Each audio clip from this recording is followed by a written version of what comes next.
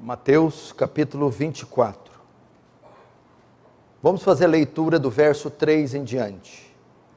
No Monte das Oliveiras, achava-se Jesus assentado quando se aproximaram dele os discípulos, em particular, e lhe pediram: dize-nos quando sucederão estas coisas e que sinal haverá da tua vinda e da consumação dos séculos. Ele lhes respondeu: vede que ninguém vos engane. Verso 5. Porque virão muitos em meu nome, dizendo: eu sou o Cristo, e enganarão a muitos. Agora verso 11. Levantar-se-ão muitos falsos profetas e enganarão a muitos. Até aí, fecha os olhos, vamos orar. Pai Santo, a Ti a honra, a glória, o louvor e o domínio. Estamos diante de Ti e da Tua face. E nessa dura missão, Senhor, de expor as Escrituras, de expor o erro e o engano.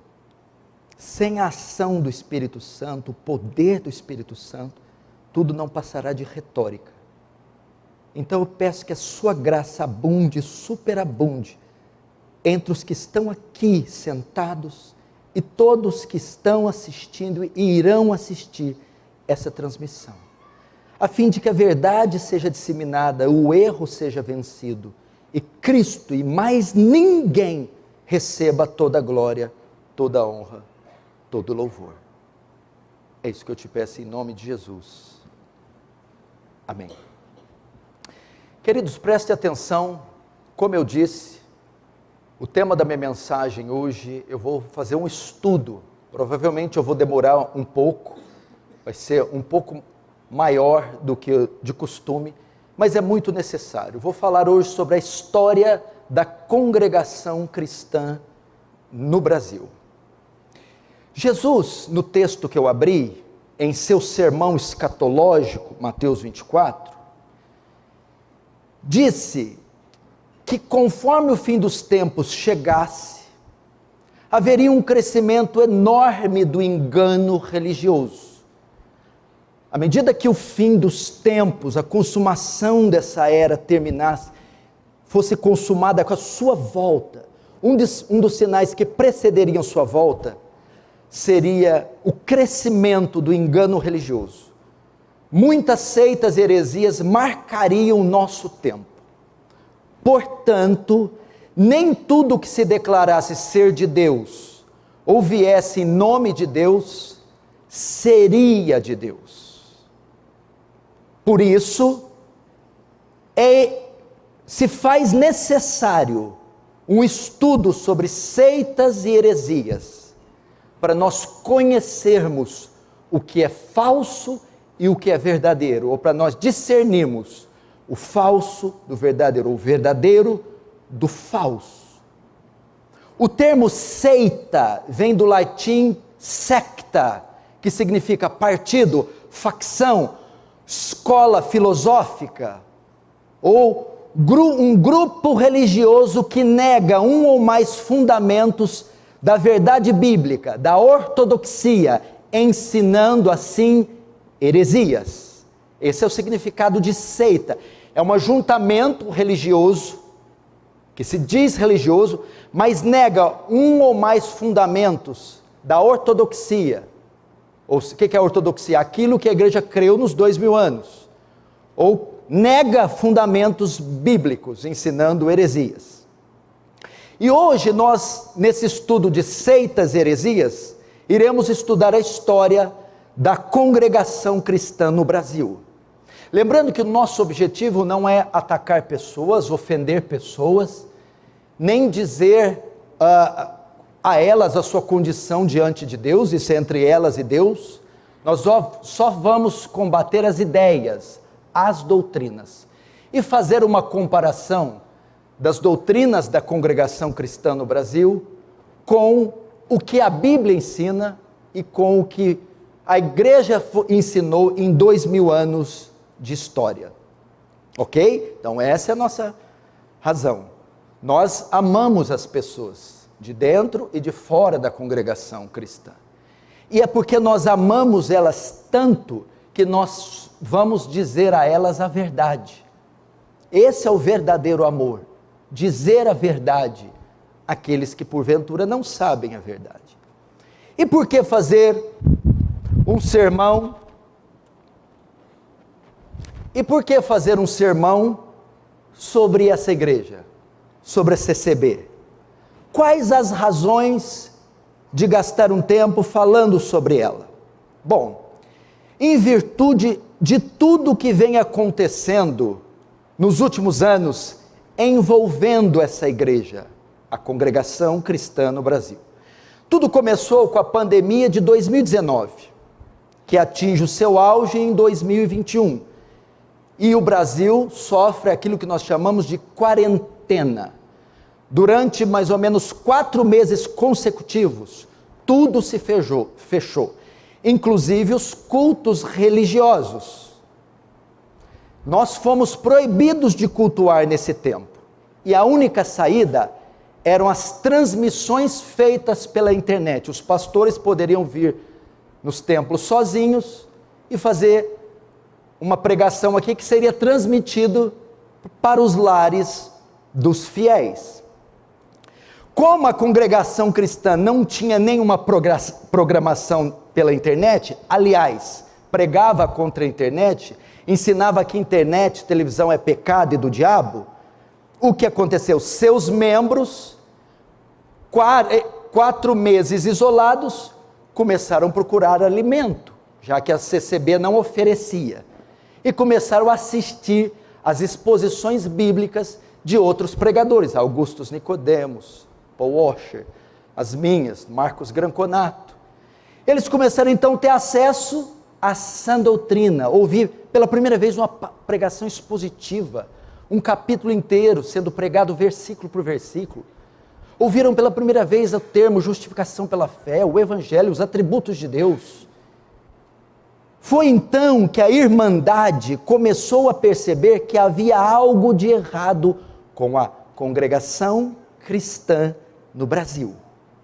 E com o passar do tempo, agora com seus olhos desvendados, porque foram vendados durante décadas, um número enorme de fiéis da Congregação Cristã no Brasil começaram a sair ao ter acesso às doutrinas, às verdades, às exposições reveladas pela internet. E um número muito grande começou a sair dessa igreja, nos que alguns chamaram esse momento de o êxodo da Congregação Cristã no Brasil. Entretanto,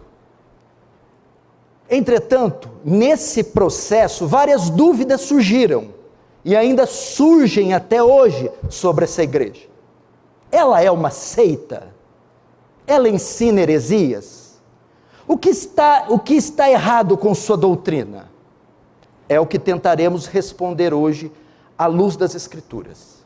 Diferente das igrejas pentecostais, e a igreja Congregação Cristã no Brasil é pentecostal, ela nega isso, mas você vai ver que ela é pentecostal até no tutano.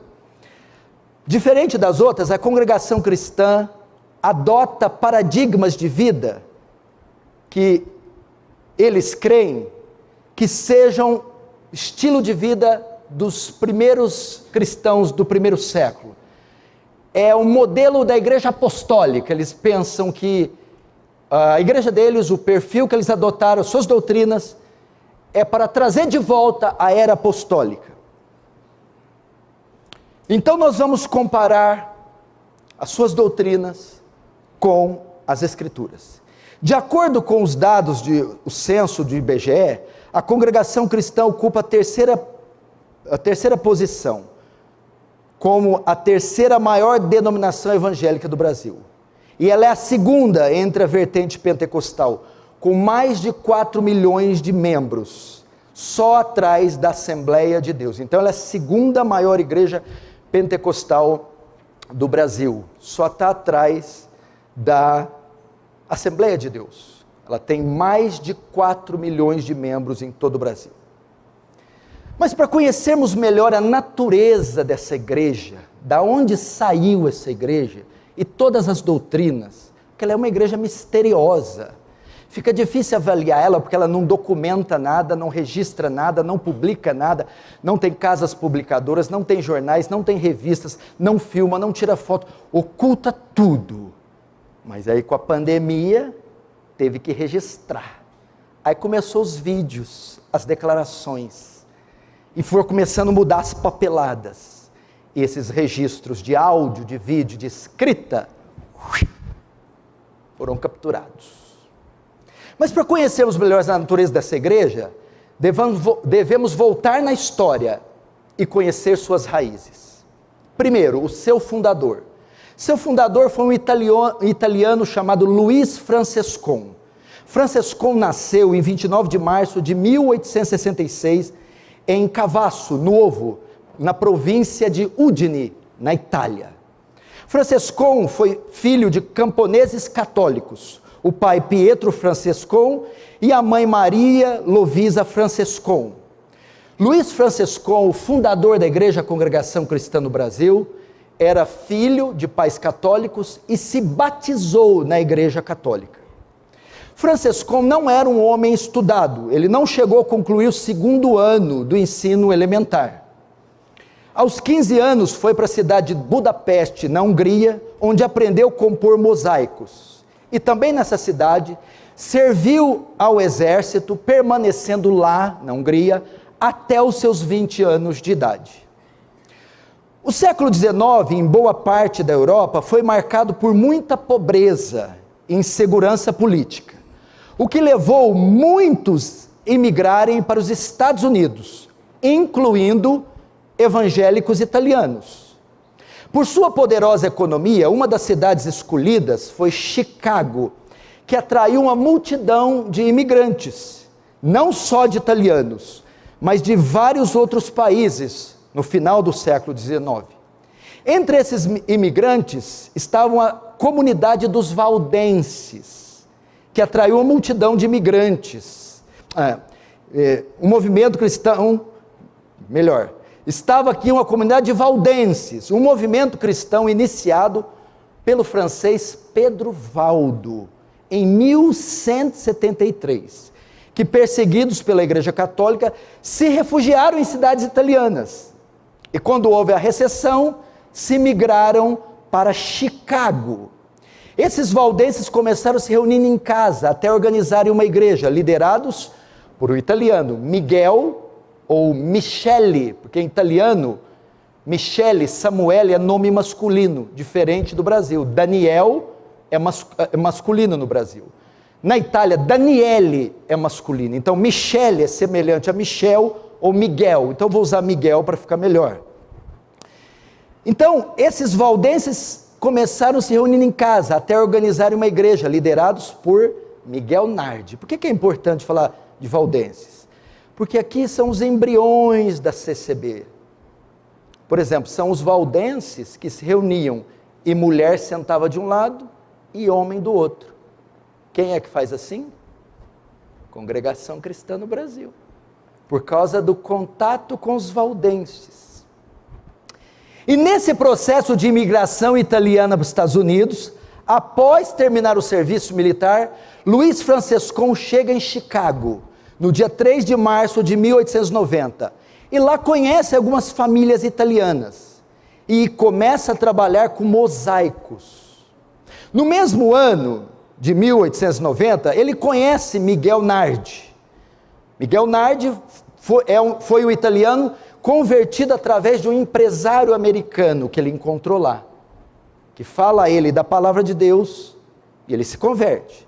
Foi com esse empresário, foi com Miguel Nardi, que Francescon começou a ter conhecimento sobre Jesus. E em 1891, Luiz Francescon se converte ao protestantismo. Nas próprias palavras de Francescon, nesse mesmo ano, ouviu o evangelho pregado pelo irmão Michel ou Miguel Nardi, e em dezembro de 1891, nasci de novo no nosso Senhor Jesus. Em março de 1892, junto com outros protestantes, incluindo os valdenses, liderados por Miguel Nardi e pelo pastor Filippo Grilli, eles fundaram a primeira igreja presbiteriana italiana. Então, a primeira igreja que Francescon, fundador da CCB, congregou e se converteu, foi uma igreja presbiteriana, de vertente italiana, com membros italianos, lá na cidade de Chicago, Estados Unidos. Nesse momento, veja só, ele se junta em 92. Mas anos depois, Francescon se torna diácono da igreja presbiteriana. Em 1901, ele é ordenado ancião pelo pastor Filippo. Nesse interim, em 1895, Francescon casa-se com Rosina Balzano, com quem tivera 6 filhos: Ellen, Daniel, Paul, Jenny, Stephen e Mary. Tudo estava indo bem com a igreja. Veja só a trajetória de Luiz Francescon: convertido, consagrado a diácono, ancião de uma igreja presbiteriana. Tudo estava indo muito bem com a igreja, até Francescon ter uma divergência com a forma de batismo, que a forma de batismo da igreja presbiteriana é por aspersão, só molha a cabeça, não precisa imergir. Então Francescon, ele está com dúvidas quanto a essa forma de batismo. Mas isso ocorreu porque Luiz Francescon teve uma experiência com Deus, mas guardou essa experiência por 9 anos. Felipe Grilli, então pastor da igreja presbiteriana italiana, viaja para a Itália, estava em Chicago, viaja para a Itália. O que acontece? Coube a Francescon presidir a reunião no domingo, dia 6 de setembro de 1903. Agora, com a ausência do pastor aspersionista, Felipe Grilli, que batiza por aspersão, Francescon teve uma oportunidade, e diante da congregação falou sobre uma revelação que havia acontecido há 9 anos. Veja só, não tem nada falando da palavra de Deus, não é nada dirigido pelo estudo. Ele vai começar dizendo que as ideias foram formadas por revelações. Com a viagem do pastor Filippo, ele então revela à igreja a sua experiência. Veja só ele contando. No princípio de 1894, Francescon, com a idade de 28 anos, em uma noite quando lia a Bíblia de joelhos, como de costume, no capítulo 2 da epístola de Paulo aos Colossenses, ao chegar no verso 2, ele ouviu uma voz que falou por 2 vezes: tu não tens ainda obedecido a este meu mandamento. Ao que Francescon respondeu: Senhor, nunca alguém me falou sobre isso. O que ele leu? Colossenses 2:12. Sepultados com ele no batismo, nele também ressuscitaste pela fé no poder de Deus, que o ressuscitou dentre os mortos. Francescon entende que o batismo da presbiteriana estava errado, porque ao ler esse texto, Deus fala com ele: tu não tens ainda obedecido a este meu mandamento, e usa esse texto. Só que esse texto aqui está falando da nossa união com Cristo, não está falando sobre doutrina de batismo. Então veja, as primeiras percepções dele quanto à doutrina vêm por uma revelação. Talvez aqui também o embrião do modelo revelacional da CCB, que ela prefere a revelação, ela dá prioridade à revelação em detrimento das Escrituras. Então ele tem essa experiência e ele entende que o batismo feito pela presbiteriana está errado. Voltando ao 6 de setembro, nesse mesmo domingo, dia 6, havia sido marcado um batismo, e competia a Francescon, como ancião, presidir o culto na igreja presbiteriana italiana. Foi o pretexto encontrado para falar com os irmãos o que sentia em seu coração. E Francescon então conta, no púlpito: depois de 9 anos que o Senhor me falou de obedecer ao seu mandamento, amanhã, com a ajuda de Deus, terei a oportunidade de obedecê-lo. Se alguns de vocês quiserem assistir, venham ao lago de Michigan. Completou especificando o local exato e a hora. Ele compartilha esse testemunho, esse sonho, essa revelação com a igreja. Tinha um batismo marcado, então Franciscão diz: eu vou batizar da forma que Deus me revelou. Vai ser um batismo por imersão nesse lago de Michigan. Então ele convida para estarem lá. Compareceram um total de 25 irmãos, dos quais 18 obedeceram juntamente com ele ao batismo por imersão, feito pelo evangelista e diácono Giuseppe Beretta. Giuseppe era um imersionista, que batizava por imersão, que estava filiado à igreja presbiteriana italiana. E naquele dia, junto de outros irmãos, ocorreu também o batismo por imersão de Luiz Franciscão, que até então só havia se batizado na igreja católica. Quem é esse Giuseppe Beretta que ele encontrou lá e se uniu ele? Foi um imigrante italiano que teve uma experiência de conversão junto à igreja metodista, outro fragmento da doutrina da CCB, um pouco dos valdenses, um pouco da presbiteriana italiana, e agora também dos metodistas, do movimento Holiness, iniciado por Wesley, mal entendido por Wesley, que entendia a santidade, o perfeccionismo de uma santidade plena.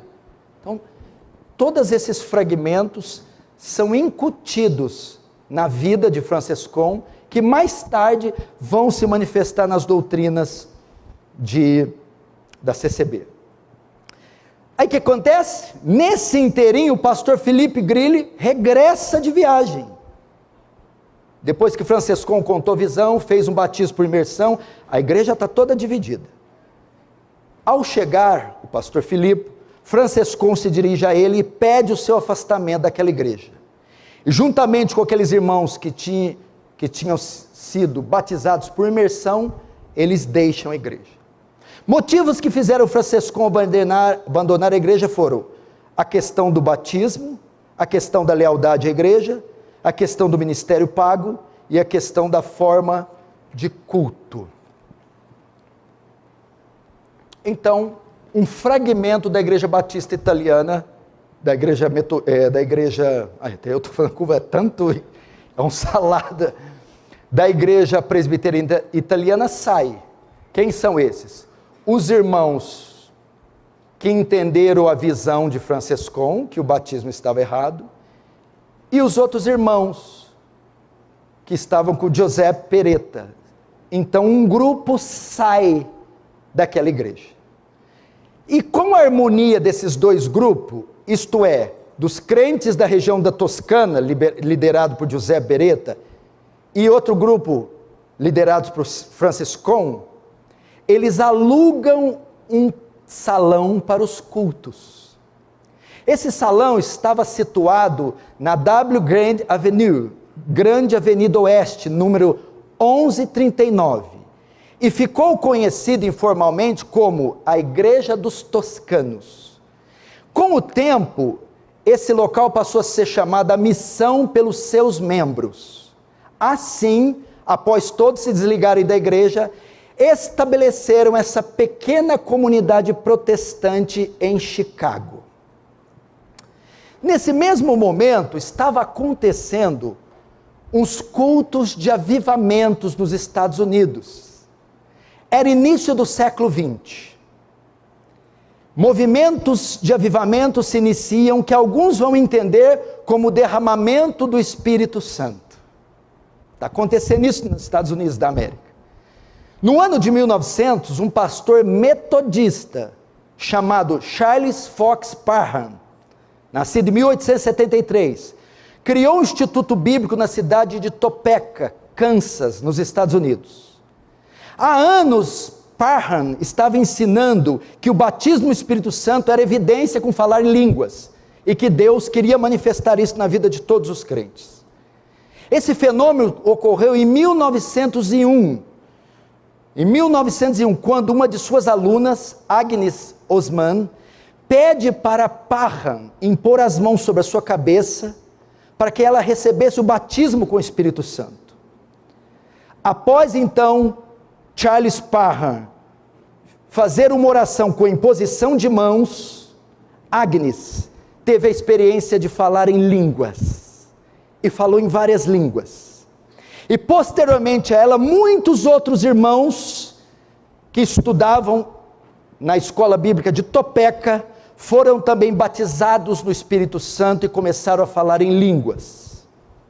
Após este evento, a igreja inaugura um movimento de fé, segundo eles, que vai voltar agora aos primórdios da igreja, a igreja do primeiro século. Esse período aqui, então, ficou conhecido como Avivamento de Topeka, liderado por Charles Fox Parham. Um dos alunos de Parham, da escola bíblica, também discípulo dele, era o jovem pastor William Seymour, um jovem pastor negro, que também participou do avivamento em Topeka.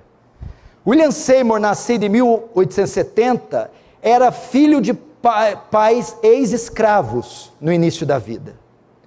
Seymour foi criado como um batista, mas ele era muito dado a sonhos e visões na sua juventude.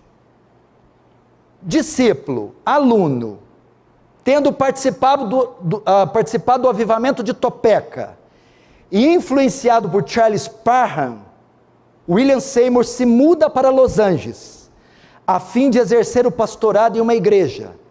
Entretanto, quando ele chega lá com essa doutrina de buscar a segunda bênção, o selo da promessa, o batismo com o Espírito Santo, o mover do Espírito Santo, com evidência de falar em línguas, ele acaba não sendo aceito. E então funda a sua própria igreja, um templo abandonado pela igreja metodista. William Seymour então inicia os trabalhos nessa igreja em 1906, em uma rua que no futuro se tornaria uma das ruas mais conhecidas pelo meio evangélico, a Azusa Street, número 312 em Los Angeles, a famosa Rua Azusa. William Seymour prega sermões sobre o derramar do Espírito Santo e o batismo com o Espírito Santo. Esse trabalho então culmina no chamado Avivamento da Rua Azusa. Eu estou falando sobre a história da Congregação Cristã do Brasil. Por que falar disso? Vamos lá. Esse endereço tornou-se famoso e apontado com base da formação e divulgação mundial do movimento pentecostal moderno.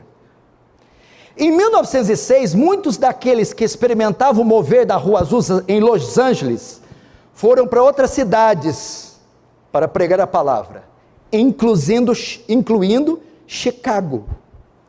Então, trabalhos que saíram do avivamento da Rua Azusa em Los Angeles foram iniciados aonde? Em Chicago. Quem morava em Chicago? Luiz Franciscon, fundador da CCB. Esse trabalho então chega em Chicago até um pastor chamado William Durham. Durham ainda não havia recebido o batismo no Espírito Santo e acreditava que esse batismo poderia ser recebido sem nenhuma evidência, não precisava de línguas. Entretanto, Parham notou que alguns dos membros de sua igreja falavam em línguas.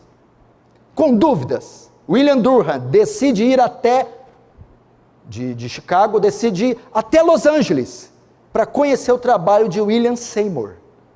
E ao participar de vários cultos na Rua Azusa, no dia 2 de março de 1907, William Durham foi então batizado no Espírito Santo. E nesse dia, William Seymour profetizou que onde Durham pregasse, o Espírito Santo seria derramado ao povo. Mais uma vez, tudo é feito por meio de profecias e visões. Quando Durham volta para Chicago, depois da experiência que ele teve com Seymour em Azusa, um avivamento também se inicia na cidade de Chicago. Foi que então, no final de 1907, Luiz Franciscon estava passeando pelas ruas de Chicago e houve na esquina um pregador chamado Harry Ike Alum, que estava anunciando um derramar do Espírito, estava anunciando que um derramar do Espírito estava acontecendo, não só em Los Angeles, na Rua Azusa, mas também em Chicago, na missão Avenida Norte, através de um homem chamado William Durham. Bom, Luiz Francescon ficou meio ressabiado, duvidoso quanto a isso, mas começou a frequentar as reuniões.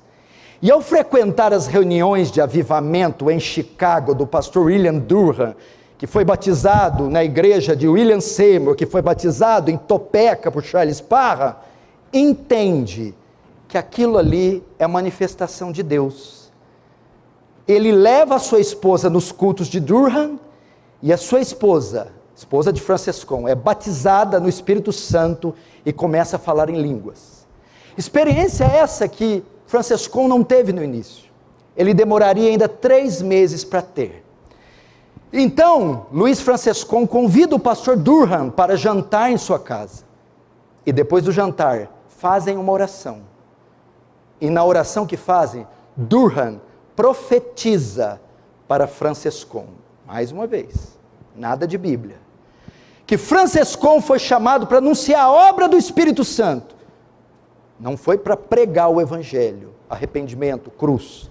Ele recebeu uma profecia, que foi chamado por Deus, para pregar a obra do Espírito Santo para o povo italiano.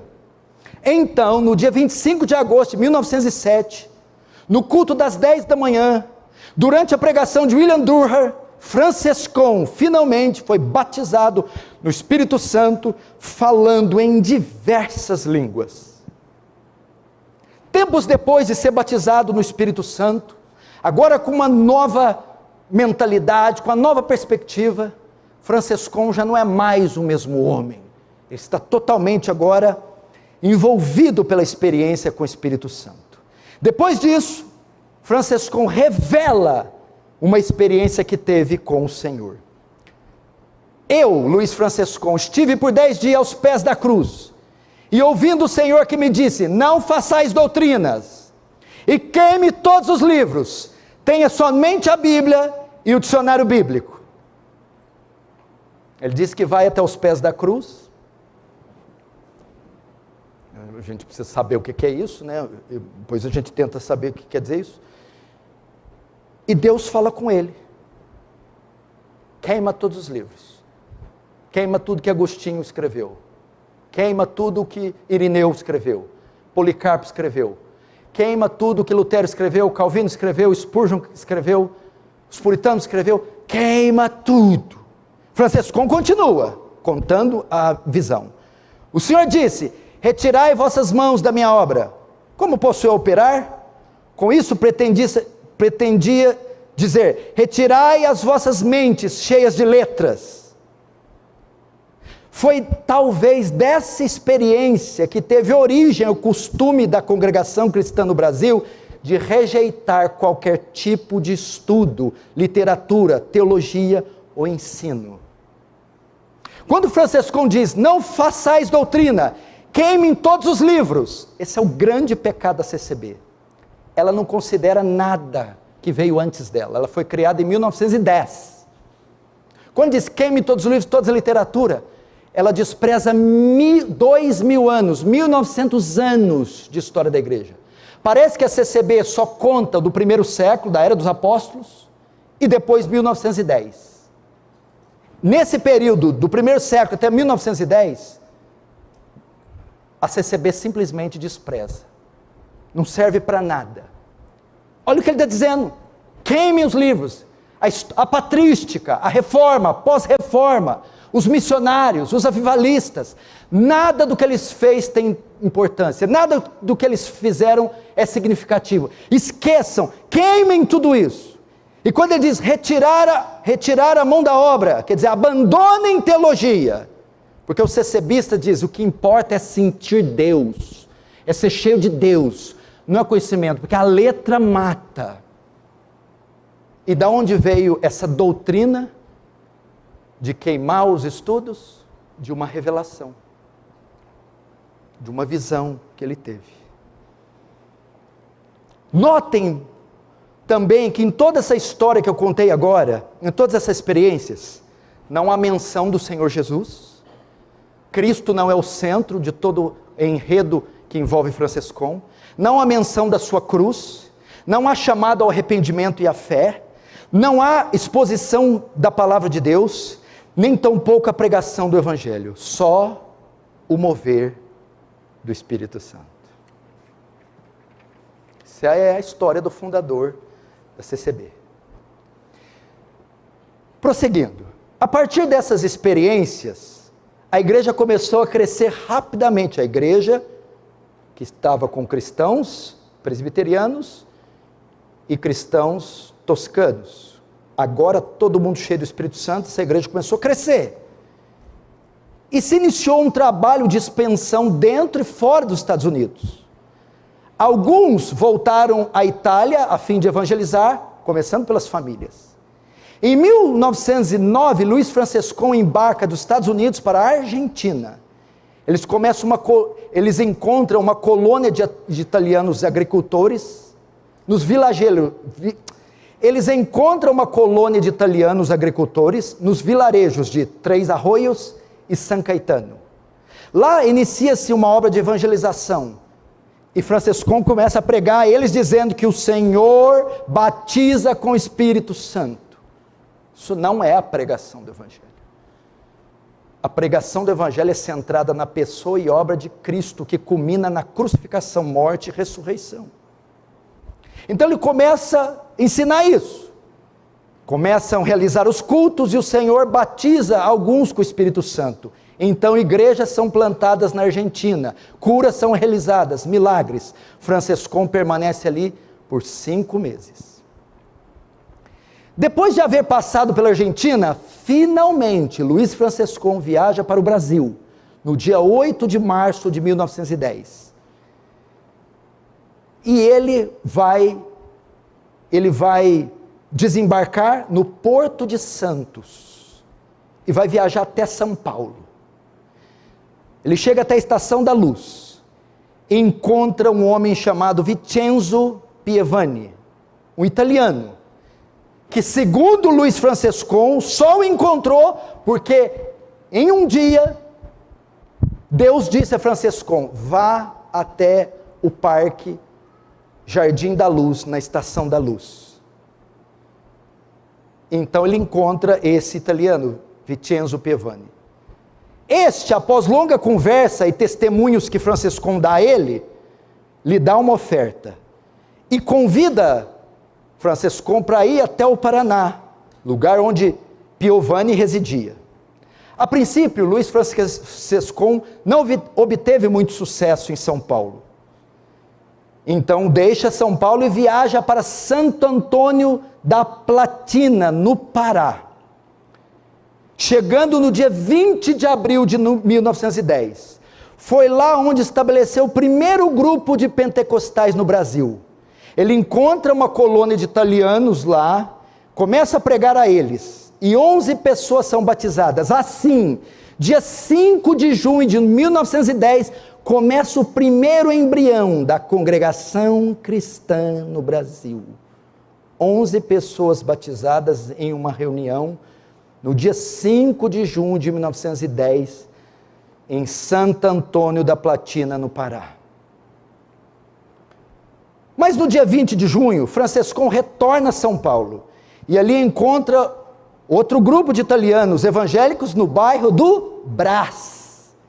Esses estão afiliados com a Igreja Presbiteriana Unida, mas levados pelas pregações de Francescon, aceitam o testemunho do batismo com o Espírito Santo, e o mandamento que o batismo deve ser feito por imersão, sendo assim batizadas 20 pessoas.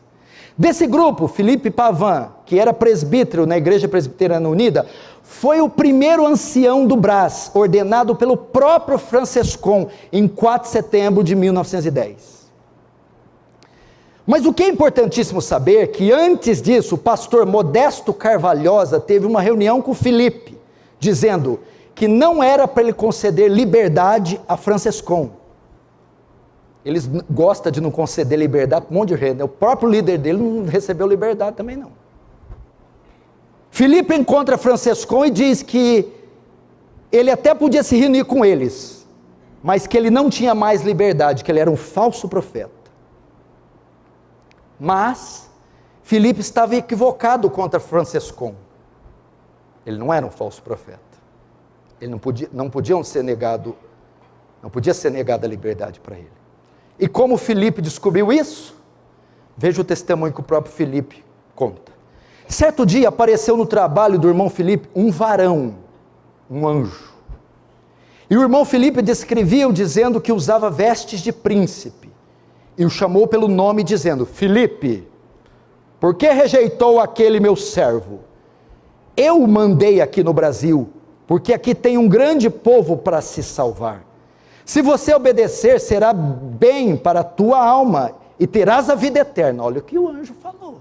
Senão, naquele dia o fogo estará preparado para aquele que não obedecer o Senhor Deus. E mostrava para ele o fogo. Será que era um anjo de luz? Está muito familiarizado com o fogo esse anjo? Naquele momento, o irmão Filipe começou a pedir perdão a Deus e procurou Francescon. E lhe pediu perdão contando a visão. Agora pasmem, quando Filipe conta essa visão absurda para Francescon, Francescon responde que tinha tido a mesma visão e que o mesmo anjo falou com ele. Francescon relatou então que o mesmo anjo tinha também falado com ele. Os pastores da igreja presbiteriana conseguiram levar os bancos, púlpito e órgão. Daí começaram os cultos na rua Alfândega, número 64, no Brás. Depois de 2 meses, em agosto de 1910, foi realizado o primeiro batismo no rio Tietê. Eles aceitaram o testemunho do batismo com o Espírito Santo e o mandamento por imersão, sendo ao final batizada 20 pessoas. E assim, a igreja, a congregação cristã no Brasil, fruto de um movimento iniciado por Parham, Seymour, Durham, e um italiano dirigido por sonhos e visões, chamado Luiz Francescon. Assim nasceu a igreja, Congregação Cristã no Brasil. Em 7 de setembro de 1964, na cidade de Oak Park, nos Estados Unidos, Luiz Francescon falece, deixando como seu legado a segunda maior religião pentecostal do Brasil. Vamos para os nomes. No início do trabalho em Chicago, não havia nenhum nome para a igreja. Começaram como o Encontro, depois Assembleia Cristã, depois Congregação Cristã, a Irmandade. Então, em 1828, na Itália, o nome legal passa a ser Congregação Cristã Pentecostal. E no mesmo ano, no Brasil, ela recebe o nome, 1828, de Congregação Cristã do Brasil. E por fim, definitivamente, em 1962, Congregação Cristã no Brasil. Falei para você ter paciência, a gente saber. Agora, como é organizada a CCB? Eu vou falar CCB para economizar. A organização da CCB é muito simples. Sua liderança é formada pelo corpo ministerial, composto por anciãos, cooperadores de ofício, ministerial e diáconos, não havendo remuneração para nenhum dos cargos. A escolha das novas lideranças depende da revelação divina. Sua liderança desaprova o formalismo teológico, exortando que a palavra de Deus não é para ser discutida, porém obedecida. Todas as igrejas, congregações do Brasil têm a mesma cor e arquitetura base, esta última podendo ser adaptada às condições locais. À esquerda sentam as mulheres, à direita os homens, ao centro a parte frontal é reservada aos músicos.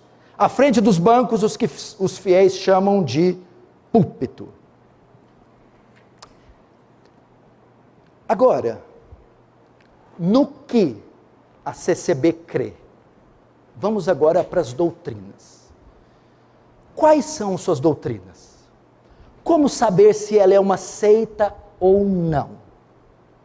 A CCB tem uma confissão de fé chamada Pontos de Doutrina da Fé, que uma vez foi dada aos santos. São 12 pontos de doutrina. Quando você analisa os pontos de doutrina, ela parece ser cristã. Cremos na Bíblia, cremos no Espírito Santo, cremos no inferno, cremos no pecado. Então, quando você vai na ortodoxia, parece ser cristã. Mas quando vamos para a ortopraxia, o que ela vive na prática, não vemos uma igreja cristã. Quando olhamos para a sua confissão de fé, seus 12 pontos, parece ser uma igreja cristã. Mas a CCB no dia a dia, na prática, sua realidade é completamente diferente dos seus pontos. Antes de sabermos se ela é uma seita ou não, precisamos aprender o que caracteriza uma seita. O que caracteriza uma seita? Eu vou dar alguns pontos para você saber o que faz de uma igreja seita ou não. Primeiro, elas têm outra fonte de revelação e autoridade além da Bíblia. Não é só a Bíblia. É a Bíblia e visões e sonhos, a Bíblia e outros documentos. Segundo, elas têm desprezo pelas Escrituras. Terceiro, elas pregam salvação por obras. Quarto, elas têm exclusividade religiosa, só a minha igreja salva. Quinto, existe nessas igrejas, nas seitas, uma redução da pessoa e obra de Cristo. Cristo é menor que a igreja. E sua obra não é suficiente, tem que acompanhar outras obras. Sexto, exaltam mais a denominação e os líderes do que o próprio Senhor. Sétimo, as seitas têm um sistema de autodefesa. Você não pode falar mal nem sair, que você recebe ameaça. E último, tem um conjunto de doutrinas heterodoxo. O que é hétero? Diferente. Conjunto de doutrinas diferente de todas as outras igrejas. Só ela crê daquele jeito. Isso é comum de seita. Agora o que vamos fazer? Vamos observar a CCB e ver se essas características das seitas estão presentes no seu escopo doutrinário. Vamos ver. Agora, para sabermos o que a CCB realmente crê, só nos 12 pontos não é suficiente. Devemos analisar outros documentos, eles têm outros documentos, e avaliar a realidade dos seus cultos e comportamento da membresia, e aí nós saberemos. A CCB fez uma convenção em 1936 e 1948, onde foi criado o Livro de Mensagens. Esse livro trata os pontos de doutrina da CCB. O que são pontos de doutrina? Ensinamentos sobre diversos pontos práticos e doutrinários. Nós então vamos ver alguns desses pontos e vamos comparar com a Escritura e com as 7 características de seita. Primeiro, não devemos pregar contra o estudo. Nos tópicos das reuniões de 5 de abril de 1971, o tópico 46, nesse tópico, está documentado, é revelado que a CCB estimula seus fiéis a não estudarem as Escrituras. Lemos: há servos que interpretam como uma proibição de estudo a parte da palavra que diz, e o muito estudar é enfado da carne. Olha o que diz o ponto. Não é proibido estudar. Nesta reunião é dado esclarecimento a todos. O que não podemos fazer é estudar a palavra de Deus. Quanto a estudar para ampliar conhecimento na parte material, em nossa profissão e outras atividades, é coisa boa e proveitosa. Vocês podem estudar ciência, arte, matemática, geografia. O que não pode é estudar a palavra de Deus. Lembra de Franciscon? Queimem todos os livros. Esse é o primeiro ponto. Desprezo pelas Escrituras. Lembra que é uma das características da seita? E os textos que eles usam para apoiar isso? Eles usam a Bíblia para dizer que não pode ler a Bíblia. Então como é que sabe se não pode ler a Bíblia? Por que eles vão buscar na Bíblia o não estudar a Bíblia? Imagina a Bíblia ser escrita, a Bíblia foi escrita para dizer não me leiam. Olha que incoerência desse povo. Eles usam Eclesiastes 2,12, e demais disso, filho meu, atenta, não há limites para fazer livros, e o muito estudar é enfado da carne. Não leia muita Bíblia, que é enfado da carne. Segundo texto que eles usam, a letra mata, mas o Espírito vivifica. Ó, você está lendo demais, a letra mata, o negócio é ter unção, ter poder. Que interpretação pobre. É só ler o contexto. Quando Paulo fala letra mata, ele está falando da lei e da graça. Ele está falando que o ministério da letra, a lei de Moisés, não consegue salvar. É impossível observar ela condena. Mas a graça trazida pelo Espírito Santo, por Jesus, através do Espírito Santo, vivifica. Não tem nada a ver com estudar. Como que a própria Bíblia que diz, conhecereis a verdade, e a verdade vos libertará, João 8,32, vai dizer que ela mesma mata. Como é que a verdade que liberta agora mata? Salmo 1, verso 2 diz, bem-aventurado o homem que não anda no conselho dos ímpios, nem se atenta no caminho dos pecadores, nem se assenta na roda dos escarnecedores. Antes tem a sua lei, tem o seu prazer na lei do Senhor. E na sua lei medita de dia e de noite. Mateus 22, 29, respondeu-lhe Jesus, errais não conhecendo as Escrituras, nem o poder de Deus. A Bíblia ordena a sua leitura, ordena adquirir, e diz que é um pecado não ler as Escrituras. Deuteronômio 6, 6 a 9, estas palavras que hoje te ordeno estarão no teu coração, e as intimarás aos teus filhos, delas falarás assentado em tua casa, e andando pelo caminho, e deitando, e levantando-se, e também as atará por sinal na tua mão, e te serão por testeira entre os teus olhos, e as escreverá nos umbrais da tua casa e nas tuas portas. Aqui então encontramos a primeira característica de uma seita, presente nos documentos da congregação cristã: desprezo pelas Escrituras. Outra coisa, essa mesma palavra de Deus, quando lida e pregada, sua interpretação, quando eles decidem ler e pregar, sua interpretação é exclusiva de quem prega, e não pode ser questionada por quem ouve.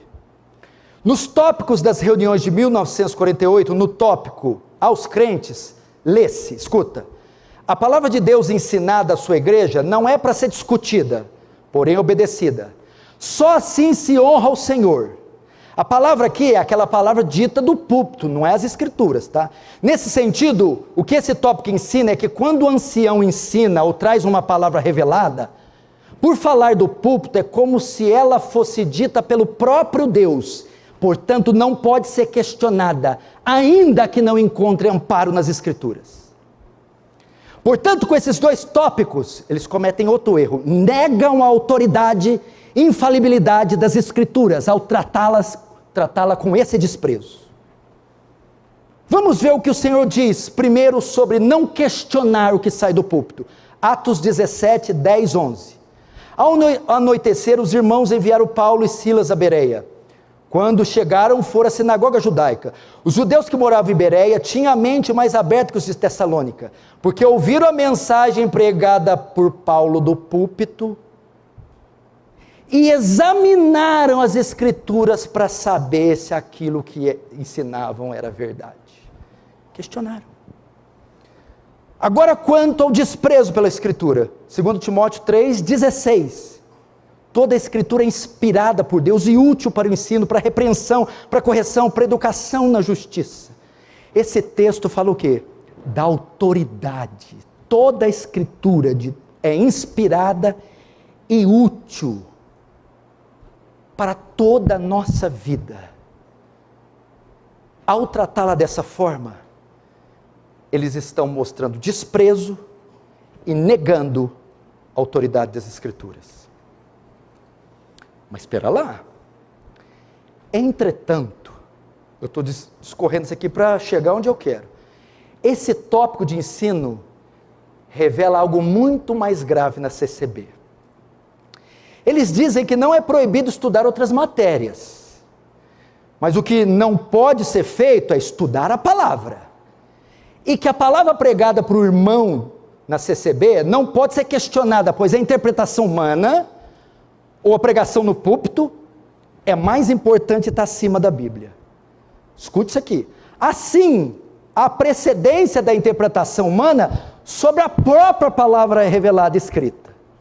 O que é isso? A interpretação, a pregação do púlpito, ou profecia dita está em pé de igualdade, ou é superior ao conteúdo da palavra escrita. Portanto, todas essas declarações demonstram que a Congregação Cristã do Brasil tem outra fonte de autoridade, além da palavra de Deus. E esta fonte, inclusive, está acima dela. Qual fonte é? A revelação particular daquele que está pregando no púlpito, que envolve revelações e profecias pessoais. Essa é outra marca de uma seita.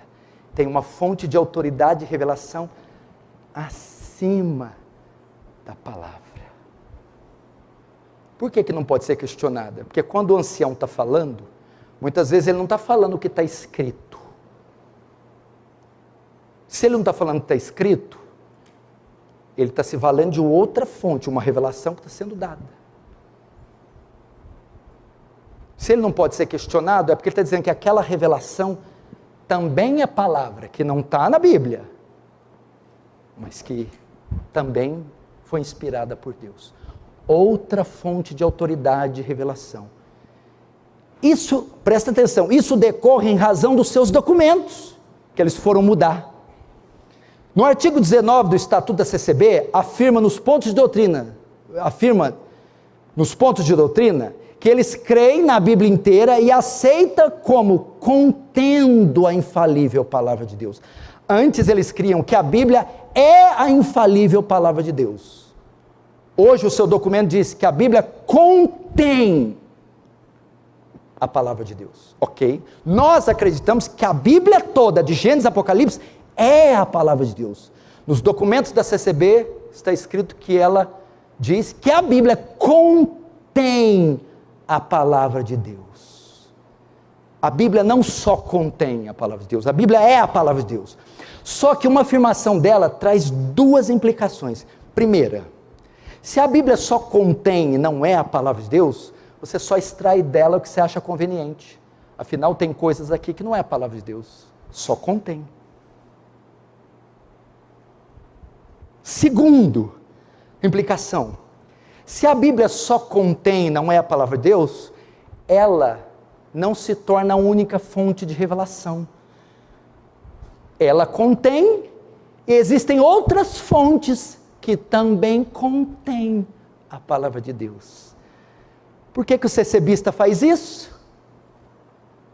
Para desacreditar a Bíblia e ter liberdade de pronunciar no púlpito o que bem entender. E pode dizer, a Bíblia contém a palavra de Deus, mas as minhas revelações também contêm a palavra de Deus. Essas afirmações são feitas para desacreditar a Bíblia, e é padrão de toda seita atacar as Escrituras para justificar suas outras fontes de autoridade e assim criar suas doutrinas. No caso aqui da CCB, ficou explícita com essa nova confissão que ela está rejeitando algumas verdades das Escrituras e usa como fonte de autoridade profecias, sonhos e visões. Irmãos, para pregar na CCB não é necessário ter uma formação teológica, mas sim ser selado com o Espírito Santo. Eles dizem, essa é a âncora da minha vida, ser selado, ser ungido. Dizem os pregadores que sobem no púlpito da CCB, eu prego o que Deus me revela, eu apenas entrego a mensagem, se não concordou, fale com quem criou a mensagem. É comum membros da CCB dizerem, quando estão diante de uma decisão, eu vou buscar a palavra para ver o que Deus fala comigo. Isso não significa ir às Escrituras ou ouvir uma pregação. Quando ele diz, vou buscar a palavra, significa que uma reunião, culto, ou no momento de oração, buscar a palavra é esperar a revelação dada por alguém, e não ir nas Escrituras. Eles não têm estudo formal, não há pregação expositiva, não há estudo, aliás há um repúdio da Bíblia, logo eles não vão ensinar a Bíblia, logo buscar a palavra não é buscar a Bíblia, é uma revelação. Portanto, aqui encontramos outra característica de uma seita. ter uma fonte de revelação e autoridade superior à das Escrituras. Vamos ver um outro ponto encontrado na CCB, muito comum em seitas: o seu exclusivismo. A CCB afirma que só existe salvação lá. É uma coisa típica de seita. Em público eles vão negar isso, mas na prática é o que a maioria diz e ensina. A ideia errônea de que a salvação é só permitida na sua própria igreja. Presta atenção, isso pode ser claramente confirmado através das afirmações feitas em seus documentos. Por exemplo, no tópico das reuniões de 1961, no tópico Doutrina do Batismo, está escrito, escute: quando se vai batizar, deve usar as palavras: em nome do Senhor Jesus te batizo, em nome do Pai, do Filho e do Espírito Santo, conforme se encontra em Mateus 28. O Senhor nos guiou em que só sejam considerados nossos irmãos aqueles que se batizam entre nós na obra de Deus. Não temos parentes nem amigos, todos somos iguais, e quem não está na doutrina não é considerado como irmão. Quem não está na doutrina é quem não está na CCB. Só é considerado irmão, salvo quem batiza na CCB. Somos todos iguais, mas não é considerado como irmão, nem tem liberdade nos cultos. Não tem liberdade. O que é ter liberdade? Seria o direito de pedir hinos, testemunhar, orar, ou seja, direito de cultuar.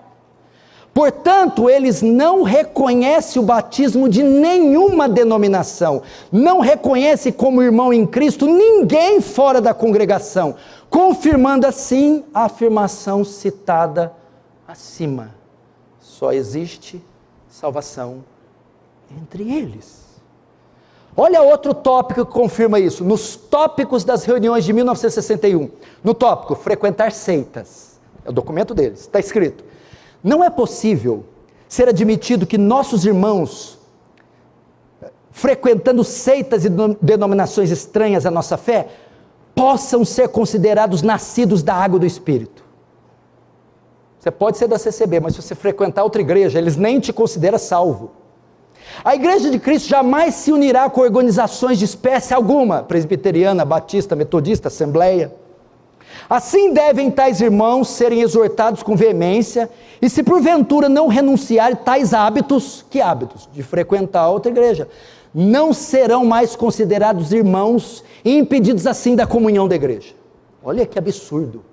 Você é excluído, você não é considerado salvo se você for numa batista.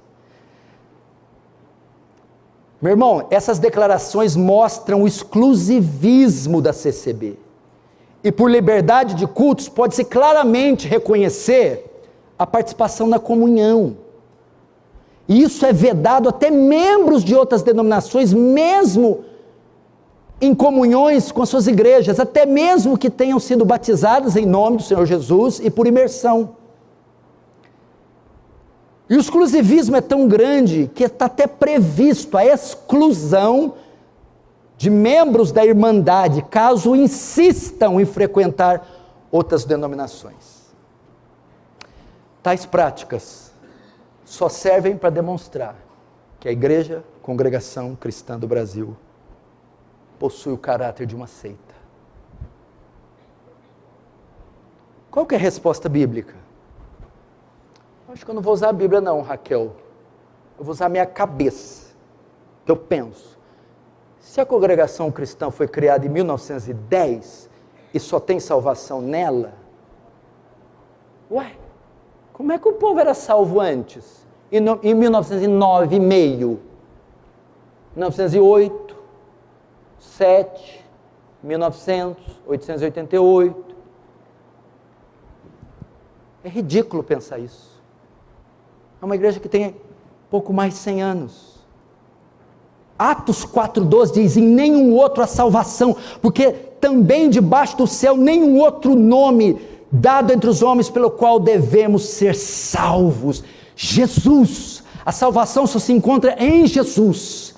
E fora de Jesus não há salvação. A salvação não está numa igreja, não está numa denominação. João 14,6 diz: Jesus, eu sou o caminho, a verdade e a vida. Ninguém vem ao Pai se não passar por mim, Jesus, e não por denominação. Nós temos 21 séculos de salvação, primeiro século, segundo século, terceiro século, e Jesus foi salvando sem nunca precisar da CCB.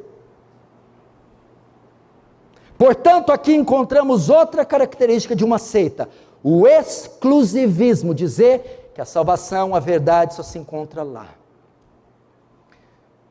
Ela proíbe os membros frequentar qualquer outra igreja. Veja outro tópico de reunião de 1977. Lemos: o povo de Deus não deve se envolver com sociedades secretas, nem frequentar religiões, credos e outras formas de doutrina. Surgiram ultimamente certas religiões estranhas que vêm iludindo a muitos, principalmente a mocidade.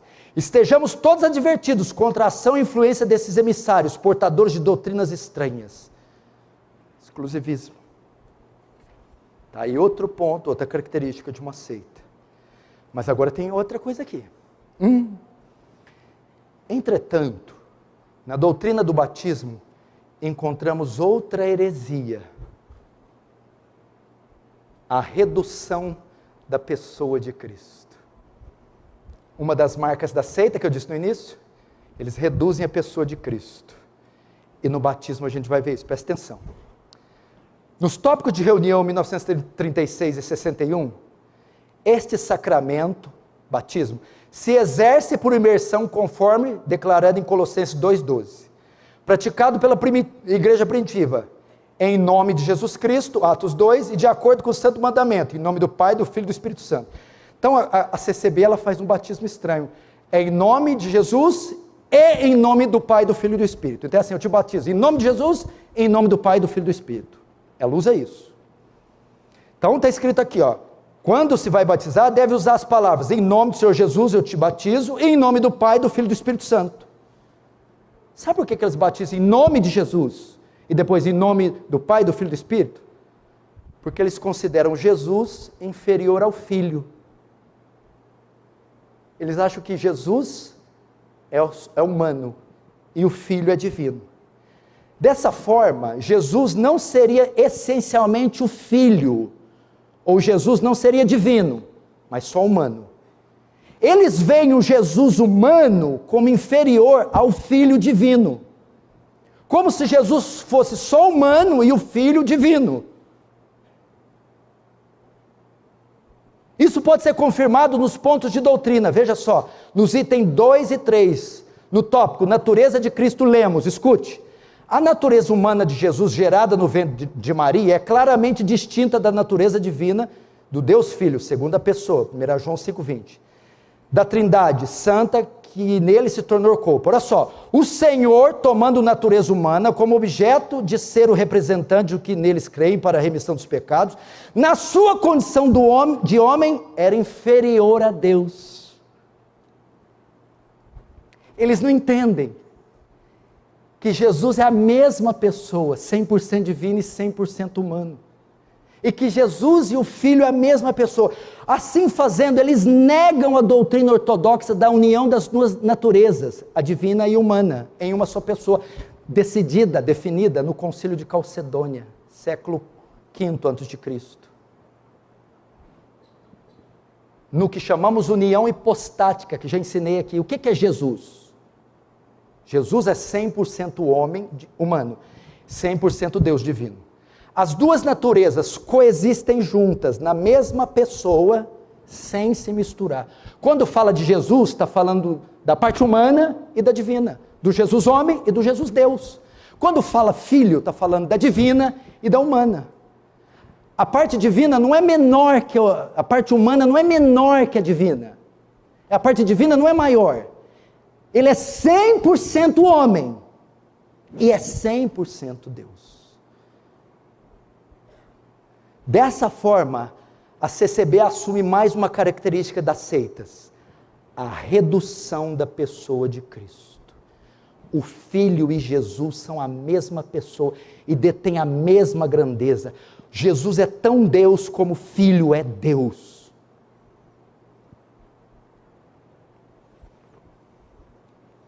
E a menção do batismo em nome de Jesus não trata da fórmula batismal, e sim de atos de batismo.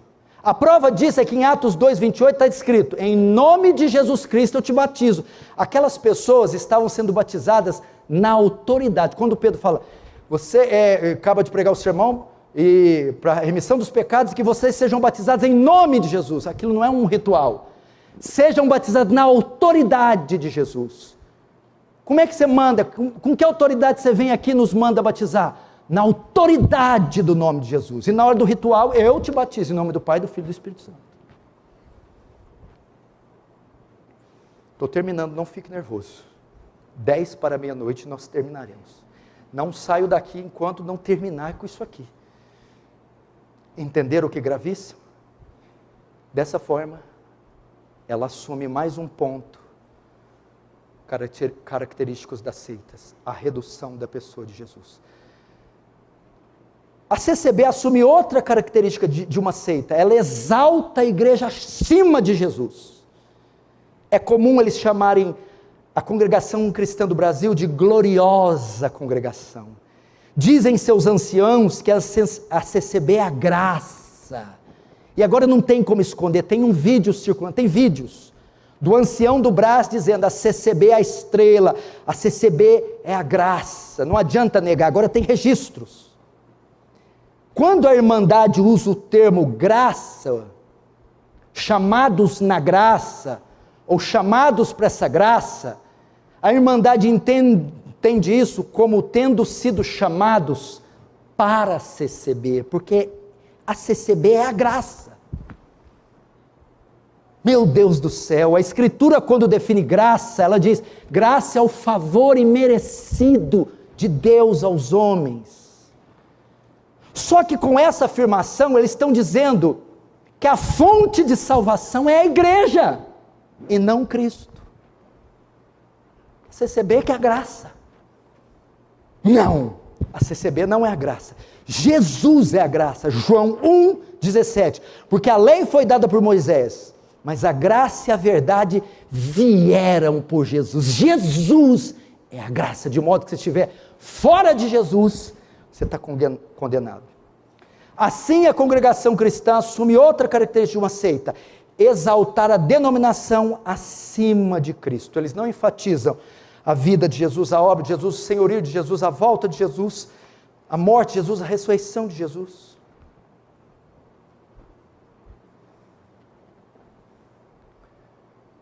Só falta mais 2, viu? Aí acaba. Mais 2 dúzias.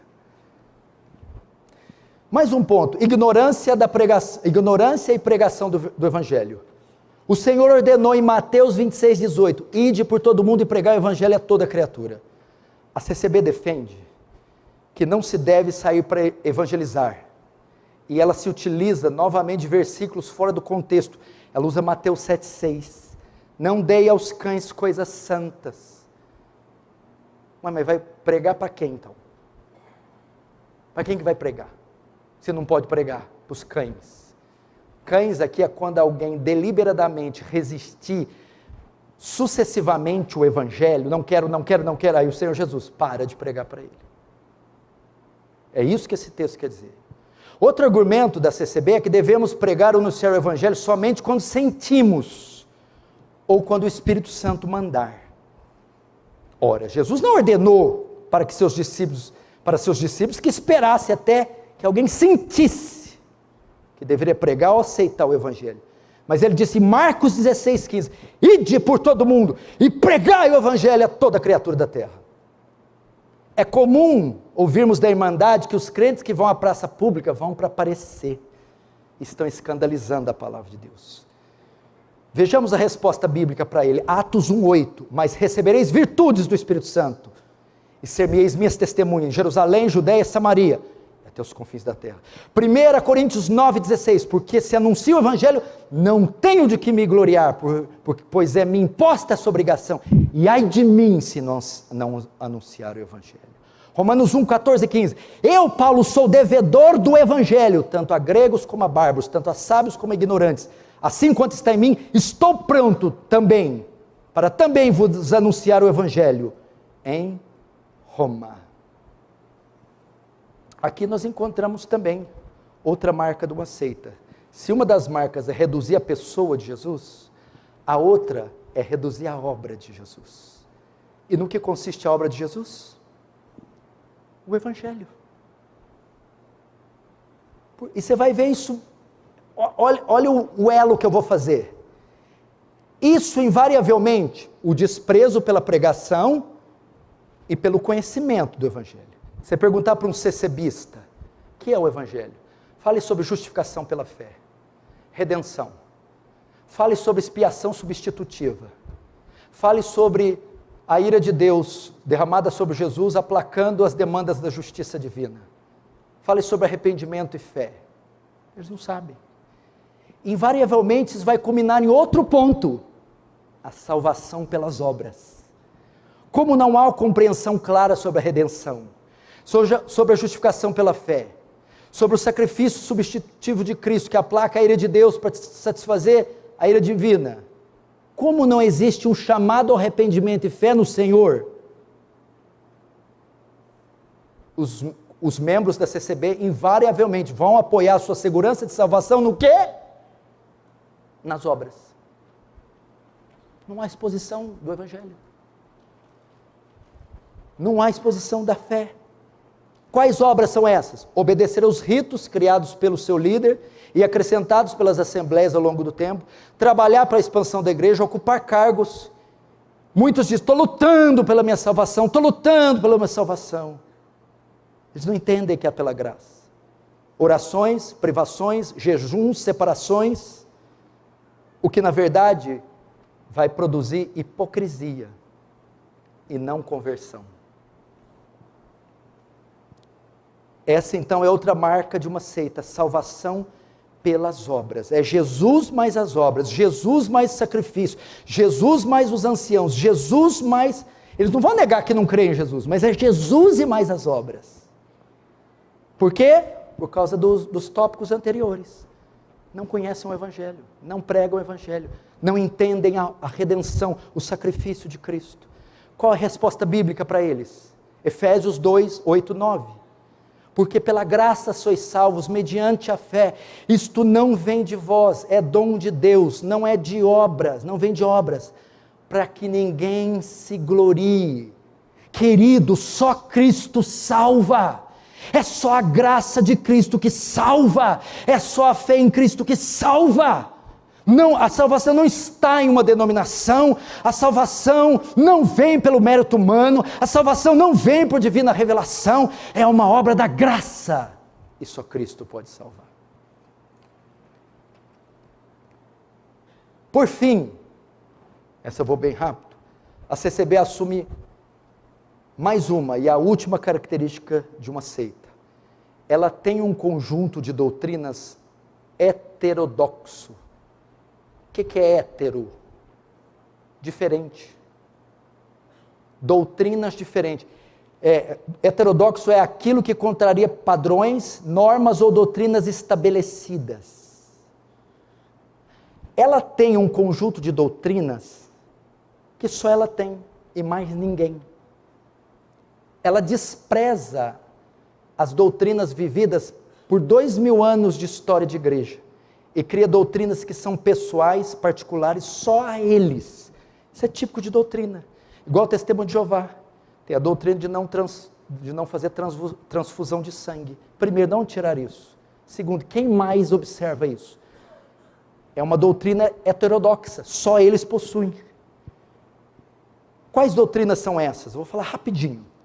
Primeiro, o adultério como pecado de morte. Nos tópicos das reuniões de 1984, no tópico erros de doutrina, lemos: quem pregou que o adultério não é pecado de morte, deve se retratar perante a Irmandade e desfazer o que disse.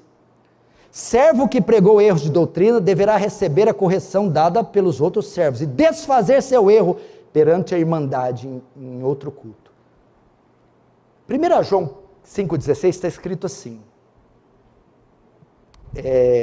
há pecado para a morte, e por esse não digo que rogue, peço que não ore. Paulo está falando na primeira carta de João para orar por quem pecou, para conversão, para voltar, para perdoar, mas para quem pecou, pecado de morte, para esse não ora. Esse pecado não tem salvação, não tem solução. A congregação cristã no Brasil acredita que esse pecado de morte é o adultério. Você traiu, você é excluído e você não tem mais o perdão. Você está excluído da comunhão e você não tem mais liberdade na CCB. Porque para eles esse é o pecado de morte. E está escrito num dos seus tópicos que quem dizer que não é pecado de morte, o adultério, vai ser disciplinado. Isso é um absurdo.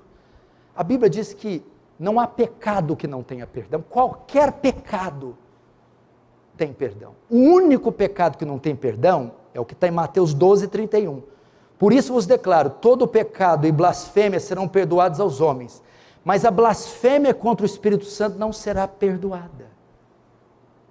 O que João está tratando aqui, pecado de morte na sua carta, não é adultério, é apostasia. É quem blasfemou contra o Espírito Santo. Qual que era a heresia do primeiro século que eles estavam enfrentando? O gnosticismo. Negava as naturezas de Jesus, rejeitava a obra salvadora. Isso é blasfêmia contra o Espírito Santo. Resistir deliberadamente à vida de Cristo, à obra de Cristo, à cruz de Cristo, às naturezas de Cristo, não tem nada a ver com adultério. Mas é uma doutrina heterodoxa, pecado para a morte. Quais as consequências dela interpretar assim? Se o pecado para a morte exclui o irmão, e ele não pode mais se ligar à irmandade, como a CCB é o único caminho, o resultado é culpa, depressão, um fardo sobre ele. Só tem salvação na CCB, não adianta eu buscar em outro lugar. E aqui eles não me recebem, porque eu caí da graça. Vai destruir a vida dessa pessoa. Outra coisa, oração somente de joelhos. Os membros da CCB ensinam que só deve se orar de joelhos. Como é que faz para cumprir 1 Tessalonicenses 5,17? Orai sem cessar. Dizem os adeptos da CCB que somos fariseus porque oramos em pé. Resposta bíblica. Em Gênesis 18, houve oração de pé.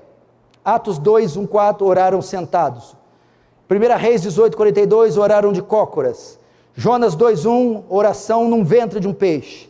Isaías 38, 2, oraram deitados na cama. Assim, não há posição exata para oração. Podemos orar sempre em todo lugar, da forma mais conveniente. Segunda doutrina que é típica só deles, o uso de véu pelas mulheres. Dizem os ensinos de março de 1948. Sempre que a mulher orar ou profetizar, deve estar com a cabeça coberta. É necessário estar atenta para em nenhum caso ofender a palavra de Deus. Esta não se contradiz.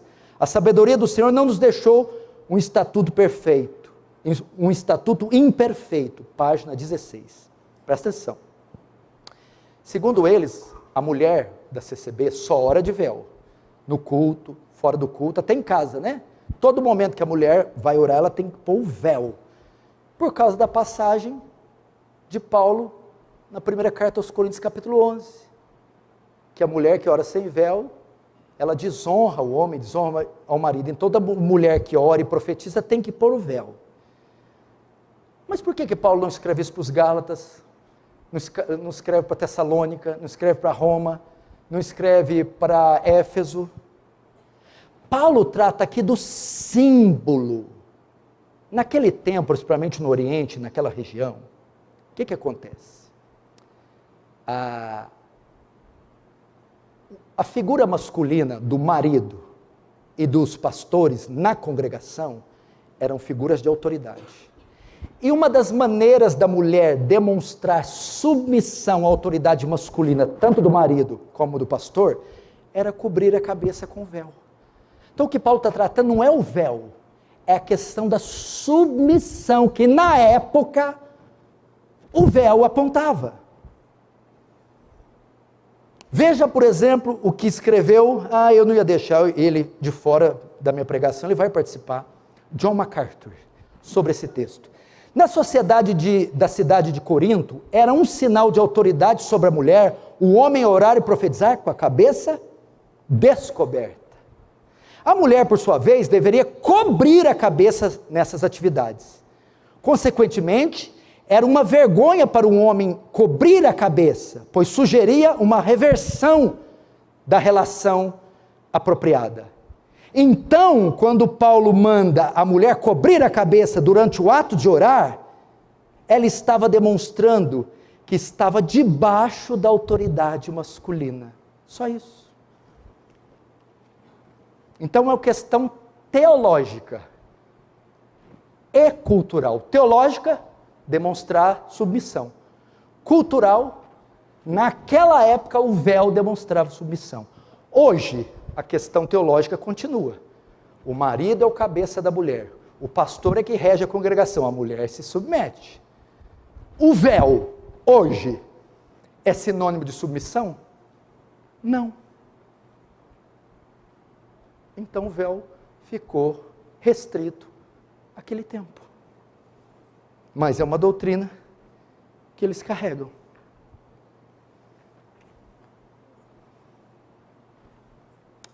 Amém?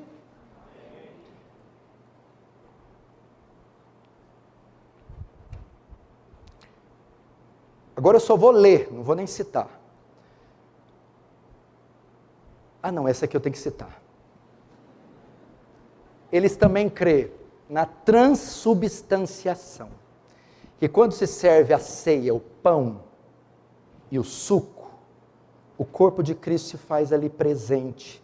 Porque nos tópicos de reunião de 1961, no tópico oração pelo pão e o cálice da Santa Ceia, está escrito: está havendo divergência na hora de pedir a bênção sobre o pão e o cálice? Pois alguns pedem para Deus abençoar este pão e este cálice, que simbolizam ou representam o corpo e o sangue do Senhor Jesus. Para evitar essa divergência, o ministério está na comunhão de que se peça na oração: Senhor, abençoa este pão que é a comunhão do corpo de Cristo, ou Senhor, abençoa este cálice que é a comunhão no sangue de Cristo.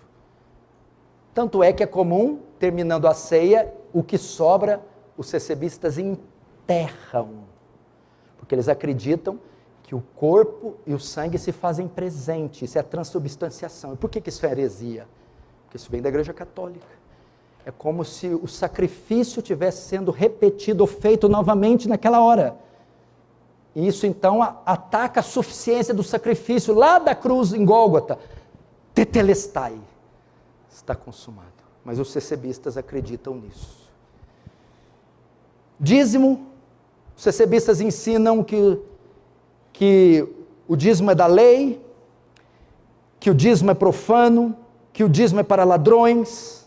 Então eles repudiam, e uma das coisas que fazem eles acharem que a igreja santa é perfeita, é porque aqui não cobra dízimo, aqui não cobra dízimo. Então o dízimo é profano, o dízimo é para ladrões, quem cobra dízimo está enganando. Jesus não condenou a prática do dízimo, Mateus 23, 33, devei fazer aquelas coisas, piedade, misericórdia, sem deixar essas. Dízimo do endro, hortelã e do cominho. Mas se a CCB condena agressivamente o sistema de contribuição como dízimo, ela faz um que arrecada talvez mais que o dízimo, é o sistema de coleta. Publicamente não fazem coletas, de modo que as pessoas que entram pela primeira vez têm a impressão que a CCB não se fala em dinheiro, mas ela tem sistema de coleta. Primeiro, oferta da piedade, ou contribuição para os pobres da CCB. Oferta para compra de terrenos, aquisição de propriedades. Oferta para fins de viagem, destina-se ao custo das viagens dos anciãos. Oferta para conservação dos prédios. Trata-se de contribuição para a reforma de prédios. Oferta de votos, quando alguém testemunha em resultado de alguma bênção recebida, dá a sua contribuição. Como se recolhe todas essas ofertas que não são feitas publicamente? Tudo é colocado na mão do porteiro, logo na entrada da casa de oração, onde os envelopes indicam o destino que se deve dar o dinheiro. Tem isso mesmo? Vocês que eram de lá? Eles têm repúdio ao ofício do pastor para eles são cães, ladrões. Então para eles é ancião, diácono, cooperador de adulto, cooperador de jovens. Só que a CCB, ela esquece que a palavra grega para ancião, presbítero, bispo, pastor, é a mesma coisa. Efésios 4:11, e ele mesmo deu uns para apóstolos, profetas, evangelistas e outros para pastores. Isso é uma bobagem, é só um termo para designar aquele que dirige o rebanho. O ancião é um pastor, o presbítero é um pastor, o bispo é um pastor, todo aquele que pastoreia, que cuida. Gente, proibido pensar. Que mais? A blindagem dos anciãos é outra característica da seita. Ela tem um sistema de autodefesa para não ser criticada nem combatida.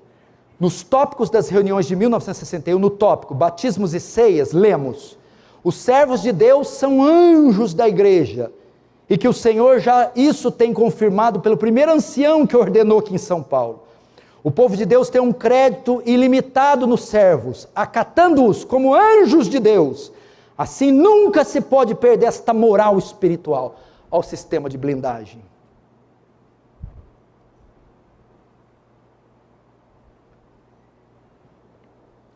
Não pode atacar, não pode falar contra. A palavra de Deus ensinada à sua igreja não é para ser discutida, porém obedecida. Se você se levanta contra a revelação do ancião, você pode ser julgado, condenado por blasfêmia contra o Espírito Santo. Olha o sistema de blindagem. Falou asneira no púlpito, você não pode falar nada, senão você é acusado de blasfemar contra o Espírito Santo. Se você critica e sai da igreja, você vai ouvir, Deus vai te pesar a mão, você não vai encontrar outro caminho, cedo ou tarde você vai voltar, Deus vai te amaldiçoar. Se você sair daqui, você vai perder a salvação, as outras igrejas são seitas. É típico das seitas aprisionar os seus membros por ameaças e medos. Nos seus documentos, a CCB confirma essa característica. Por isso ela aprisiona e os seus membros entram em pânico. Está aqui o irmão que veio da cidade de Bauru para assistir um culto, ele achou que Deus ia matar ele no caminho. Ele era da CCB 215 anos, saiu para ver um primeiro culto fora da igreja, ele tinha que pegar 300 quilômetros de estrada, ele pensou que Deus ia matar, porque estava desobedecendo. Quem? A Bíblia? Não, o ancião. Porque é o sistema de ameaça.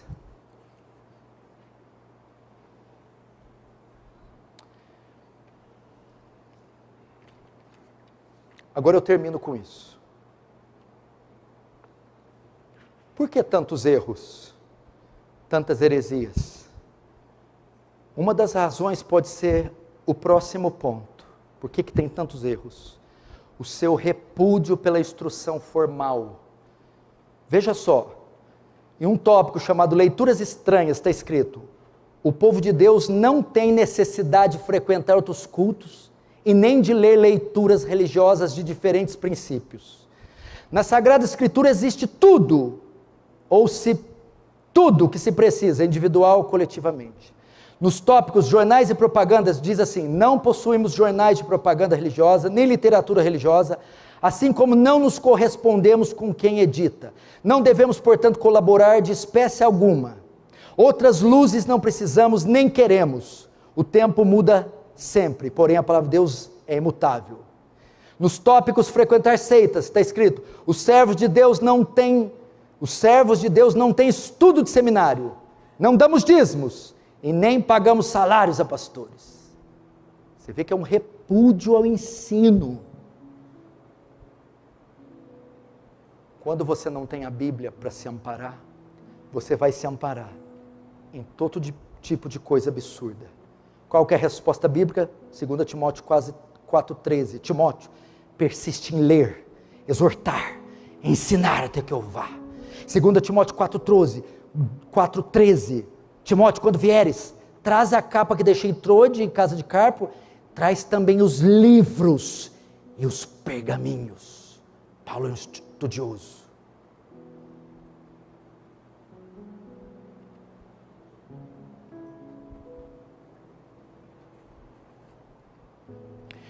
Queridos,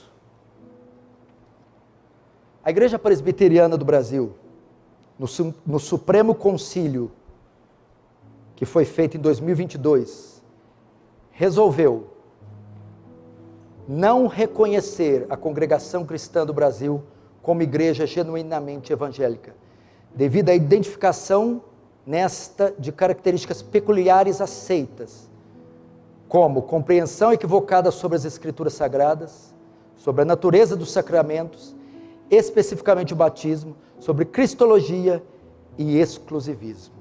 A Presbiteriana do Brasil, em um dos seus concílios, editou uma declaração considerando a Igreja Congregação do Brasil uma seita. Nós, diante de tudo que vimos, só vimos a ponta do iceberg.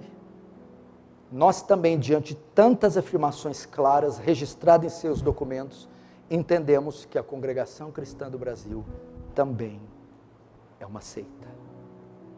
Meu conselho a todos vocês que estão me ouvindo e me vendo: comecem imediatamente a ler, estudar e aplicar as Escrituras em suas vidas. A Bíblia é a nossa única regra de fé e prática.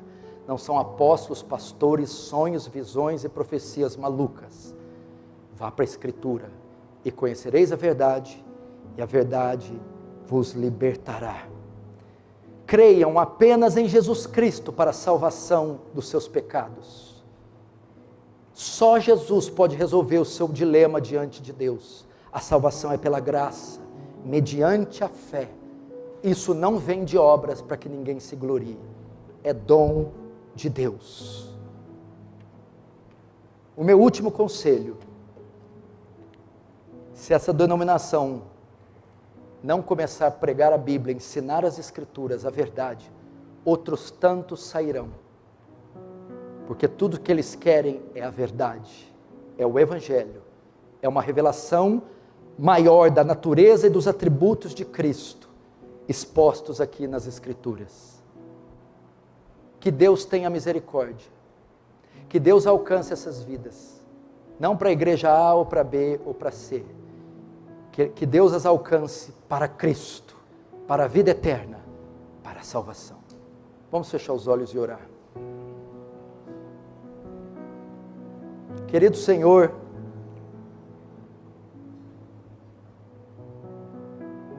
que esses ensinos sejam usados, Senhor, para abençoar vidas, tirarem vidas do engano.